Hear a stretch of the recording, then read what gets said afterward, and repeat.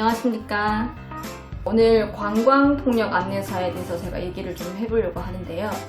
저 같은 경우는 지금 중국어 관광통역 안내사 올해 취득을 해서 지금 자격증 기다리고 있고요. 기존에는 베트남어 관광통역 안내사 자격증을 가지고 있었습니다.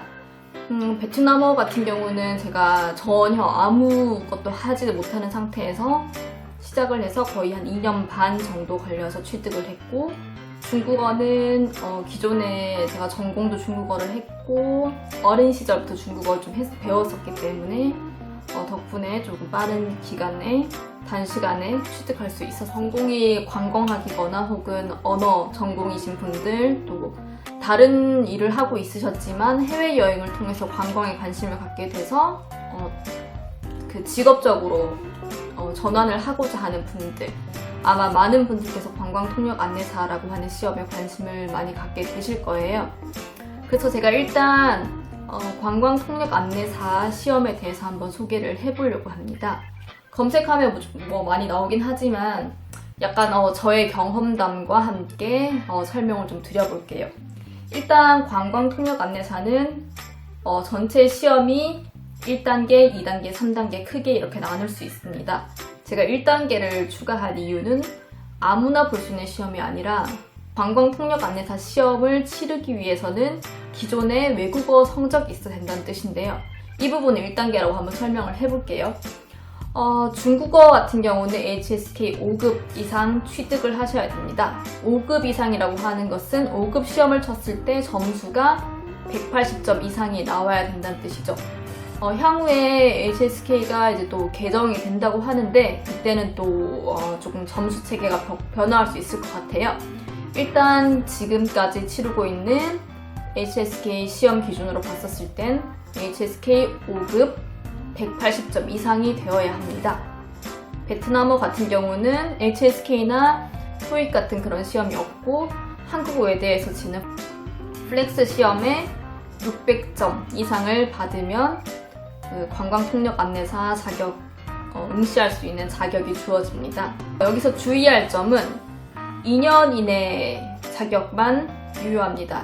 그러니까 HSK든 토익이든 뭐 외국어 다른 외국어의 시험을 치더라도 그 해에 그 이후의 단계까지 다 하시는 게 좋으세요. 왜냐하면 혹시나 시험을 쳐서 외국어 시험을 쳐서 언어 자격을 취득을 해놨는데 기간이 지나버리는 바람에 다시 관광통역 안내사 시험을 접수하기 위해서 다시 쳐야 되는 그런 상황이 올 수도 있거든요. 그러니까 제 생각에는 언어 시험을 외국어 시험을 친 그 해에 아예 관광통역 안내사 시험 뒷단계까지 다 하는 걸 추천드립니다. 네, 그러면은 이제 외국어 시험은 자격이 주어졌다, 그런 가정하에 2단계라고 볼 수 있는 관광통역 안내사 시험에 이제 돌입을 하게 되죠. 매해 7월경에 이제 관광통역 안내사 국가 자격 시험 접수를 진행을 합니다. 응시료는 필기 면접 2개 다 합해서 이제 지금까지 2만 원이었어요. 뭐 향후에 또 이제 바뀔 수도 있겠죠. 이 부분은 2만 원이었고, 예를 들어서 기존의 필기 시험을 합격했고 면접에서 떨어진 경우에는 면접만 보면 되잖아요. 그런 경우에도 동일하게 2만 원 내셔야 됩니다. 그래서 이렇게 접수를 하고 나면 한 9월쯤 필기를 치게 되는데요. 필기 시험은 한국어로 치게 되고 외국어를 어떤 걸 선택을 하든지 상관없이 전부 다 동일한 시험 문제가 주어지게 됩니다. 총 과목은 4과목 이렇게 치는데요. 관광법규, 관광학개론, 국사, 관광자원 해설, 이렇게 4과목을 치게 됩니다. 평균 60점 이상을 받으셔야 되고요. 전체 과목 4개 중에서 하나라도 40점 밑에 점수가 나오면은 이제 과락이 되어서 그럴 땐 탈락입니다. 평균 60점 이상, 그리고 전 과목 전체가 40점 이상을 유지해야 됩니다. 이건 제 경험상 있었던 일인데요. 필기 시험에서 가장 유의해야 할 점은 관광 관련된 최신 뉴스를 반드시 암기하고 숙지하고 있어야 된다는 점입니다. 예를 들어서 제가 필기 시험을 치렀던 그 해에 우리나라의 산사 한국의 산지승원이라고 해서 7개 산사가 이제 세계유산으로 지정이 됐었어요. 그때 이런 문제가 나왔었습니다. 다음 중 유네스코 세계유산으로 지정되지 않은 산사는 무엇인가, 사찰은 무엇인가 이렇게 나왔었거든요. 그럼 그때 지정된 7가지 사찰을 다 암기를 해 두셔야 이 문제를 풀 수가 있는 거죠. 네, 그런 점에서 이제 필요하고, 또 면접 때도 이 부분은 또 유리하게 작용할 수 있으니까 되도록이면 세계유산 부분은 특히 꼭 암기를 하셔야 되고, 올해 같은 경우는 지금 연등회가 이제 12월에 지정이 된다고 했었어요. 세계유산으로. 그러니까 연등회를 좀 중시를 해야 되겠죠. 앞으로 내년에 이제 시험을 치를 때는. 필기 시험에서 또 유의해야 될 점, 공부할 때 좀 꿀팁이라고 해야 되는 부분은, 일단 과목이 4과목이기 때문에 좀 부담스러우실 수도 있어요. 저 같은 경우는 한 과목당 거의 한 달 정도 걸렸던 것 같은데, 그래서 한 달 정도로 생각하시고 이제 4과목 다 치르시는 분들은 이제 4달 정도 잡으시는 게 좋을 것 같아요. 물론 사람마다 다를 수 있어요. 이 부분은 관광에 대한 기본적인 지식이 있으신 분들은 2달, 3달 이렇게 짧게 잡아도 가능한 부분일 수 있고, 관광이 처음이다, 또 국사에 대해서 좀 지식이 많지가 않다라고 하시는 분들은 더 기간을 길게 잡으셔야 되겠죠? 저 같은 경우는 이제 한 과목당 한 달 정도 걸렸었으니까 이거는 참고해 주시면 좋겠고요. 저는 공부 방법이 좀 처음에 공부를 할 때 하나하나 다 읽어보는 것보다는 전체적으로 흐름을 먼저 보고, 그 다음에 하나하나 이제 중요한 부분을 체크해서 조금 그때부터 하나씩 파고드는 그런 형태로 저는 공부를 했거든요. 그럼 전체적으로 숲을 먼저 본 다음에 흐름을 보는 거예요. 흐름을 보면서 이 단원에서 포인트는 이 부분이다. 그럼 이 포인트를 중심으로 해서 공부를 하는 거죠. 그리고 이제 시험 전날까지 계속 이제 내용을 보면서 안 외워지는 부분, 외우기 힘든 부분, 또 어려운 부분, 이런 부분을 저는 이제 체크를 해서 그 문구점에 있는 동그라미 칼라 스티커가 있거든요. 그거를 이제 부착을 하는 거예요. 저는 어려운 부분은 파란색으로 이제 부착을 했고, 파란색 스티커를 붙였고, 꼭 외워야 되는 부분, 중요한 부분은 빨간색 스티커로 붙여서 전날까지 계속 반복해서 봤었습니다. 그 다음에 3단계는 면접 시험이에요. 면접 시험 같은 경우는 본인이 선택한 그 외국어, 그러니까 시험 접수할 때, 7월에 시험 접수할 때 선택한 외국어로 면접을 보는데요. 그 중에 딱 한 문제가 한국어가 이제 같이 있어요. 그러니까 외국인들도 조금 한국어를 할 줄 알아야 되는 거죠. 자, 그래서 전체적으로 이때 면접 시험은 1인당 약 10분 정도로 생각을 하시면 되고요. 한국어 면접이 포함되어 있어서 한국어 문항 거의 이제 한 문항 정도 받으실 거고, 나머지가 외국어 문항인데 한 2문항에서 많게는 5문항, 6문항까지 받으실 수도 있습니다. 저는 베트남어 같은 경우는 한국어 1문항, 베트남어 2문항 받았었고요. 중국어 시험은 한국어 1문항, 중국어 4문항 이렇게 받았었습니다. 그래서 한국어는 질문이 한국어로 들어오기 때문에 대답도 한국어로 하시면 되고, 외국어 문항 같은 경우는 외국어로 질문을 받고 나서 외국어로 답변을 하면 됩니다. 네, 이 부분도 면접 시험도 똑같이 60점 기준으로 합격, 불합격이 갈리게 되는데요. 한국어 면접 이 부분 제가 준비 과정에 대해서 좀 설명을 드리자면은, 저는 대략적으로 베트남어 공부를 할 때는 제가 그 한국관광통역협회라고 하는 그런 기관에서 베트남어 면접 대비 수강을 했었는데요. 그때도 면접은 4개월 정도 준비를 했었습니다. 4개월 준비를 했고, 그때 한 200문항 정도 연습을 한 것 같아요. 200문항에서 그 이상까지도 연습을 했었고, 베트남어는 제가 거의 이제 막 소통이 원활하게 프리토킹이 가능한 정도 수준은 아니었기 때문에 그때는 좀 저만의 문장을 만들어 가면서 간단하게 통째로 다 외웠었어요.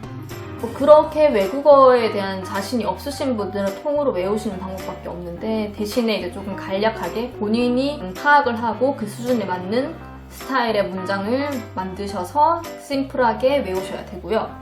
중국어는 통으로 외우는 것보다 키워드를 중심으로 외우는 게 훨씬 낫더라고요. 그래서 제가 이제 말씀드리고 싶은 거는 외국어 실력이 어느 정도 되시는 분들은 키워드 중심으로만 암기를 하시고 언어적으로 조금 내가 지금은 이제 프리토킹이 힘들다라는 정도의 수준이시라면 일단은 통으로 외우시는 게 조금 힘들 수도 있지만 일단 통으로 조금 외워보시는 게 좋아요. 그렇게 해서 문장을 조금 원활하게 말할 수 있을 때 그때 이제 키워드 중심으로 암기하시면 되시고요. 자, 키워드라는 게 어떤 거냐면요. 각 문항마다 중요한 포인트가 있잖아요. 예를 들어서 세계 무형유산이란 말을 할 때 세계 무형유산을 한국어로 하면 안 되죠. 이 부분을 본인이 선택한 외국어로 할 줄 알아야 되죠. 그래서 중국어 같은 경우는 世界非物质遗产이라는 단어 자체를 통째로 다 외워야 돼요. 이게 키워드예요. 어떻게 보면은 세계유산 설명할 때 무조건 필요한 단어니까요. 世界非物质遗产이거를 계속 연습하셔야 되는 거죠. 그리고 베트남어 같은 경우는 지산 피버 대대서 이 단어를 계속 입으로 뱉으면서 외우셔야 되는 거죠. 그리고 면접장에서도 키워드 중심으로 이렇게 풀어나가면 되세요. 왜냐면 본인이 준비한 문항이 100% 똑같이 나올 수도 있지만 아닐 수도 있어요. 예를 들어서 이거 한국의 역사마을 양동 하회마을 이렇게 있잖아요. 그러면 그렇게 말할 수 있어요. 한국의 역사마을, 양동마을, 하회마을에 대해서 설명해보세요 라고 할 수도 있고요. 반대로 같은 문항이지만 경상도에 위치한 세계문화유산을 말해보세요. 혹은 경상 지역에 위치한 유교 관련 유산을 말해보세요 라고 할 수도 있어요. 다양한 유산들이 있을 수 있지만 하회마을, 양동마을을 떠올릴 수 있죠. 하회마을은 경상북도 안동에 위치해 있고 양동마을은 경상북도 경주에 위치해 있으니까요. 만약에 이런 질문을 받으신다면 그때 내가 세계유산 중에 하회마을, 양동마을 이렇게 공부를 했었는데 이걸 암기했었는데 이때 이 키워드를 그대로 가지고 와서 설명을 해야겠다라고 그 순간 판단할 수가 있는 거죠. 그래서 모든 문항을 다 이제 100% 숙지하기는 어렵기 때문에 내가 암기했던 것 중에 키워드만 가지고 와서 문장을 그 순간에 풀어내시면 됩니다. 그렇게 해서 제가 생각하기에는 전체적으로 한 문항당 한 5문장 정도를 말할 수 있으면 정말 충분하다 생각을 하거든요. 그러니까 여러분들도 그렇게 키워드 중심으로 일단 준비를 하시고요. 저도 제 경험을 토대로 한번 키워드 중심으로 설명을 해드리는 영상을 계속 찍어보려고 합니다. 이건 제가 공부했던 방법인데요.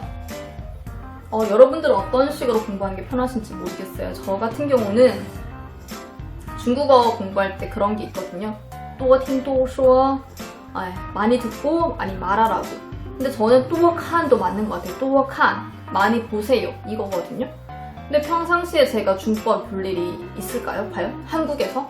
많지가 않아요. 길 가다가 어쩌다 보는 경우 말고는 볼 일이 없는데 저는 그래서 눈으로 담는 걸 연습을 많이 해요. 그래서 집에 아예 이렇게 화이트보드를 만들어서 적어놨거든요. 여기다가. 근데 관광통역안에서 시험을 준비할 때 진짜 중요한 게 세계유산, 세계문화유산, 인류 무형유산, 세계기록유산 요걸 다 암기를 해야 돼요.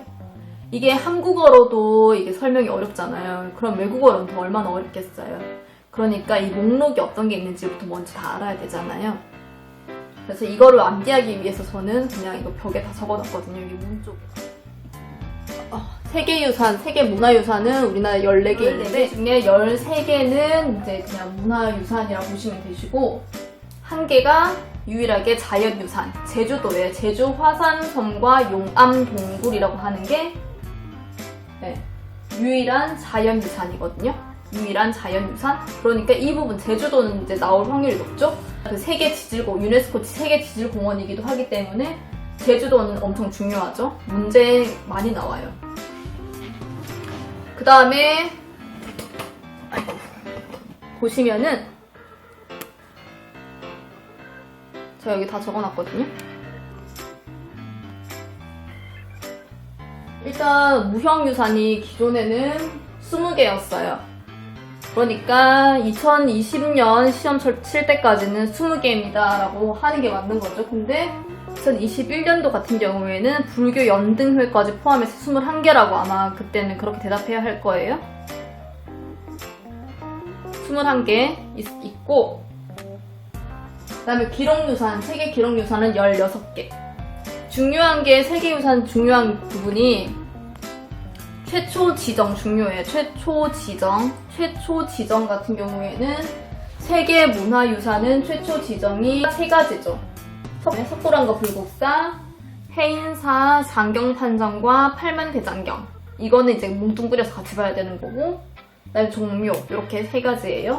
그 다음에 최근 지정, 세계문화유산 최근 지정은 9개 서원이에요. 서원. 그 도산서원, 옥산서원 이런 서원들 있거든요. 9개 서원. 그 다음에 세계 무형유산 중에 최초 지정은 종묘 제례와 제례악 이거예요. 종묘 제례와 제례악. 2021년도에 시험을 보시는 분들은 최근 지정은 연등회, 불교 연등회입니다 라고 해야 되겠죠? 그 다음에 기록유산 같은 경우에는 최초 지정이 훈민정음 해례본과 조선왕조실록. 근데 조선왕조실록이 훨씬 시험에 더 많이 나오는 것 같아요. 조선왕조실록이. 네, 더 훨씬 많이 나와요. 훈민정음보다? 그런 것 같아요. 제가 생각하기에는. 그 다음에 최근 지정은 어보와 어책, 조선왕실의 어보와 어책이죠. 그 다음에 국채보상운동 기록물, 그리고 조선통신사 기록물이에요. 저는 이걸 국어통 이렇게 외웠거든요. 네. 왜냐면 국채보상운동 기록물이고 어는 어보와 어책, 그 다음에 통신사 기록물이잖아요. 그러니까 국어통 이렇게 외웠었어요. 저는. 네.